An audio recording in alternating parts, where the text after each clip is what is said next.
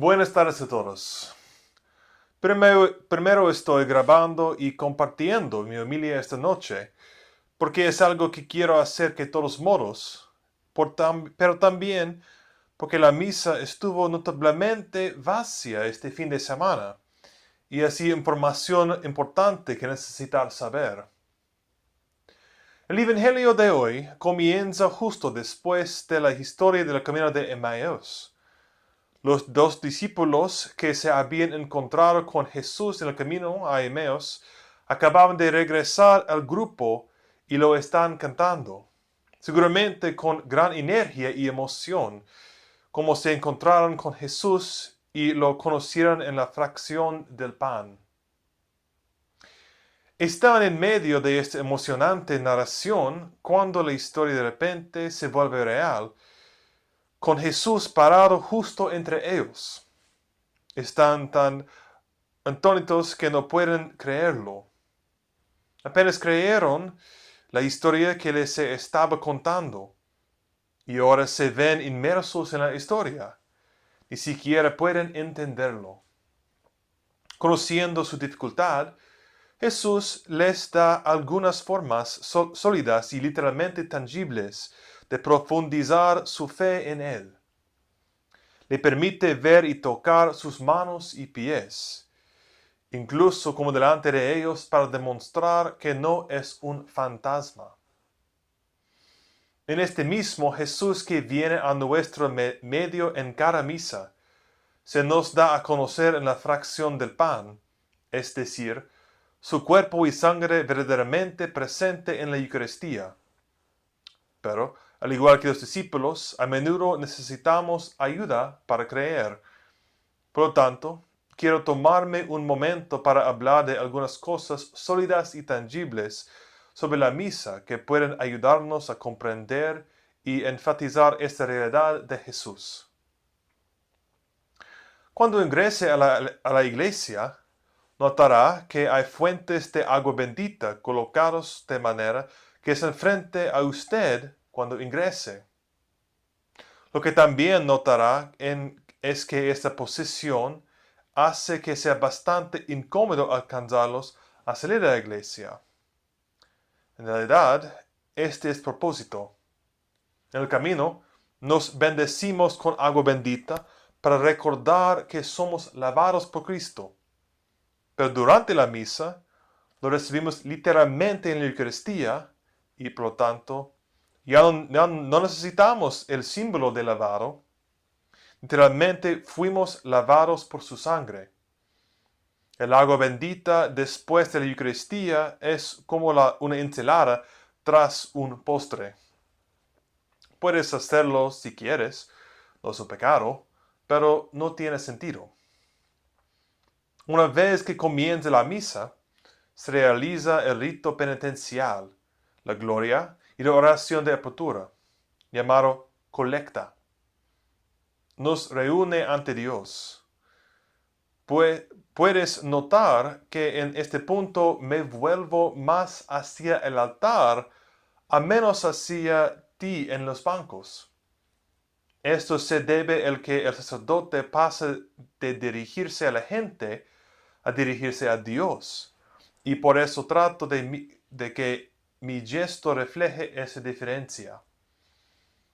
Después de la colecta, nos sentamos y comienzan las lecturas. Estoy muy contento de que tengamos nuestros misalitas bilingüales, pero les animo que los utilicen menos. Lo que quiero decir es que la palabra de Dios está destinada a ser escuchada. Así es como se recibe mejor. Puede parecer extraño, pero seguir el libro puede ser una distracción y hacer que retenga menos. El mejor uso de los misalitos, creo, es leer las lecturas antes de que comience la misa, o si una lectura está en un idioma diferente al que entiendes. No estoy proponiendo ninguna aplicación de esto. Si realmente les ayuda, por favor utilícenlo. Pero les animo a escuchar principalmente en lugar de leer durante un tiempo que se proclaman las lecturas.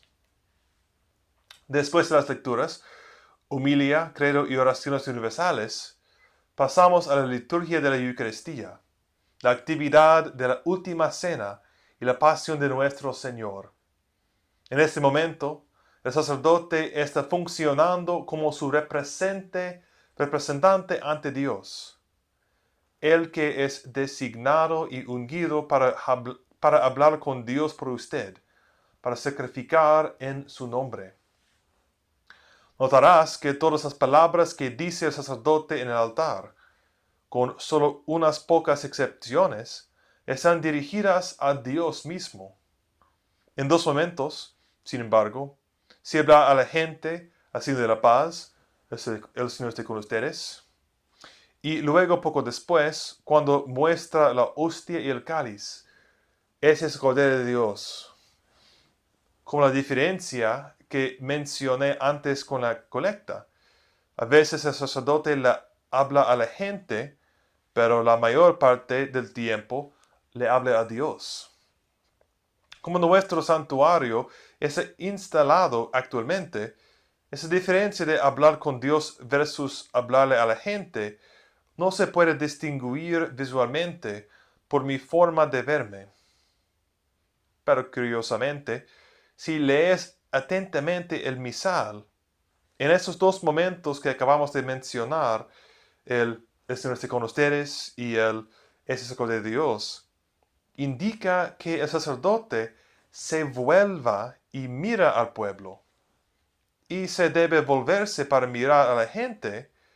Eso significa que, en general, estaba mirando en la misma dirección que ellos.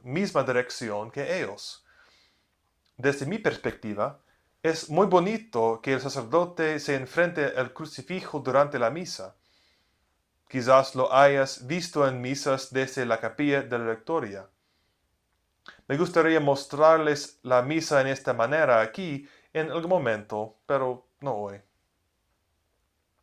Más adelante llegamos a la recepción de la comunión. En la comunión recibimos la verdadera presencia de Jesucristo, verdaderamente su cuerpo y sangre, tal como los dio en la última cena. Por tanto, recibir la comunión es un momento de gran reverencia y solemnidad. Tratemos a la hostia y cuando podamos al cáliz con el mayor cuidado. Si recibe en la mano, asegúrese que sus manos estén limpias. Consume el hostia de inmediato. Por favor, no sostenga el hostia en su mano y aléjese como si hubiera tomado una muestra gratis en la tienda de comestibles. Si tiene un niño en brazos, se le anima a recibirlo en la lengua, para reducir el riesgo de que se caiga el hostia. Siempre yo estoy muy nervioso por los métodos con una sola mano para llevar la hostia a tu boca. Una vez más, no hagas nada para arriesgarte a dejar caer a Jesús. Si recibe la lengua, saque la lengua. Por favor, no muerda el hostia de mis dedos. Estás recibiendo el cuerpo de Jesús, no el mío.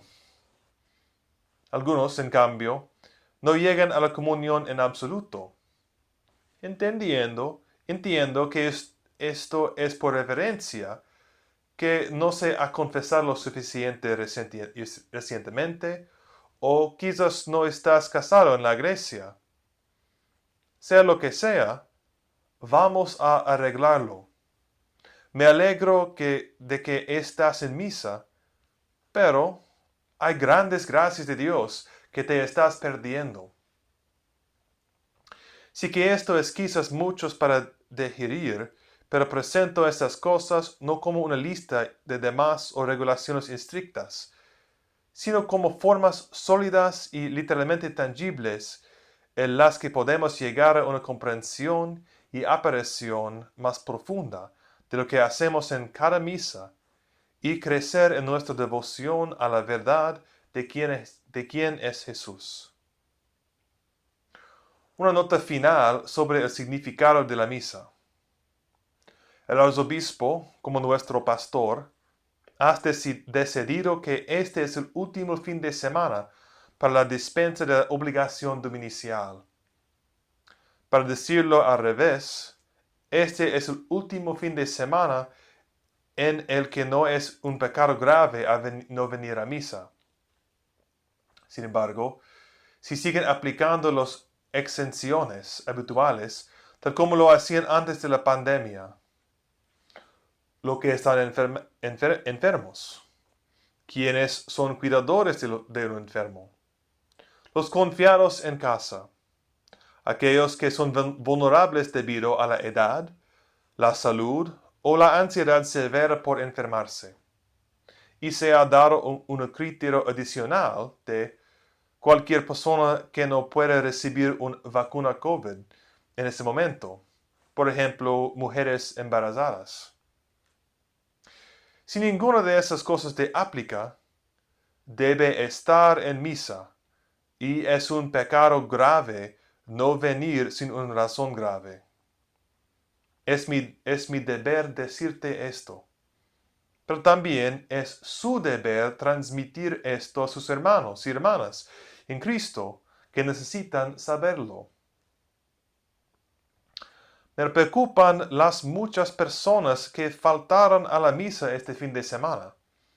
Me gustaría esperar que todos ustedes estuvieran ausentes por alguna razón y asistieran en misa en otras ciudades. O tal vez los dos últimos fines de semana que estuvieran muy llenos te pusieron nervioso con tanta gente. Si es eso, lo entiendo.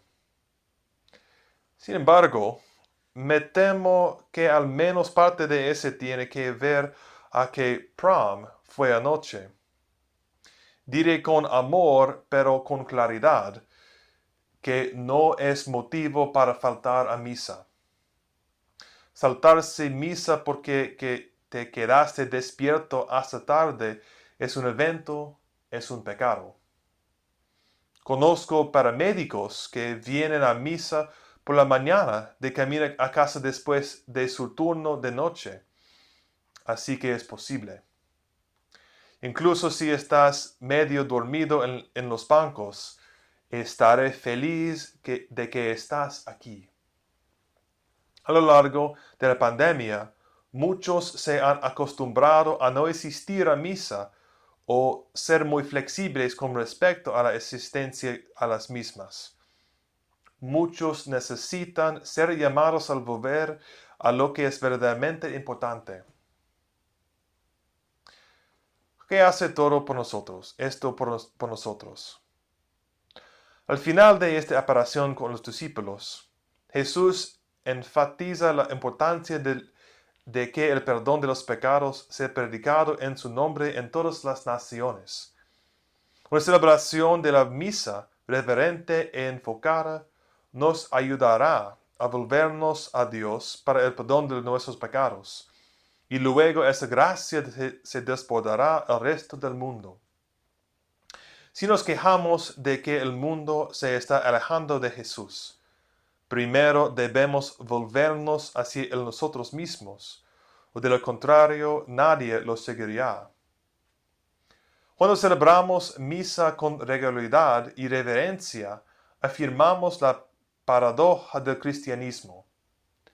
El que crucificamos por nuestros pecados es el que nos salva. Nos volvemos hacia Él, lo miramos y lo tocamos para crecer en amor y devoción por Él.